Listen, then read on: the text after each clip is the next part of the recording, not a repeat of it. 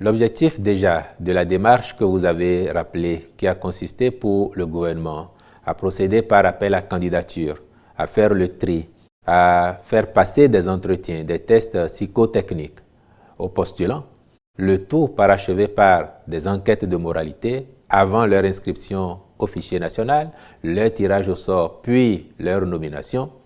La finalité de tout cela, c'était de pouvoir disposer de cadres compétents et aussi intègres.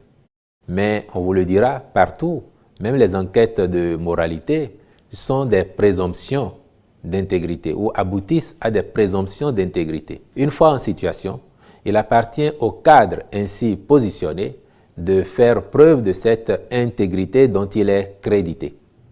Si les faits ou les actualités que vous évoquez s'avèrent, cela voudra dire que le gouvernement a eu raison de tout temps de considérer que la lutte contre la corruption et la mauvaise gouvernance est une affaire de tous les jours. Ça n'aura jamais été un combat définitivement gagné. Et donc, si malgré le dispositif de prévention, mais aussi de sanctions mis en place, et chacun peut en attester dans notre pays que depuis quelques années maintenant, la lutte contre la corruption est devenue chose effective. Si malgré ces dispositifs, il se trouve que des cadres se permettent des écarts de conduite avec la gestion des ressources publiques, évidemment que ces derniers seront appelés à répondre de leurs actes.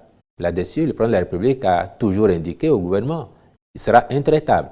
Et la justice elle-même a été instruite depuis le début, dans le cadre de la politique pénale du gouvernement, d'avoir la main lourde contre les auteurs de corruption et ses succédanés. Donc, vous devez être rassuré de ce que, si quelqu'un se fait épingler, la certitude, au moins aujourd'hui, c'est que les dossiers sont instruits, que la justice fait son travail et que les sanctions tombent. Contrairement à il y a quelques années où les rapports pouvaient être cachés dans les tiroirs et ne servir à rien. D'autres cas éventuellement fait peur à des acteurs politiques ou à des cadres soupçonnés de vouloir s'émanciper de telle ou telle tendance politique.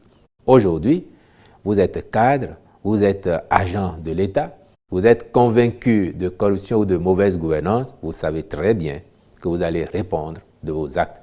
Et donc, en conclusion, si les faits que vous évoquez s'avèrent, la justice fera son travail, les intéressés répondront de leurs actes et les sanctions appropriées ne manqueront pas de leur être administrées.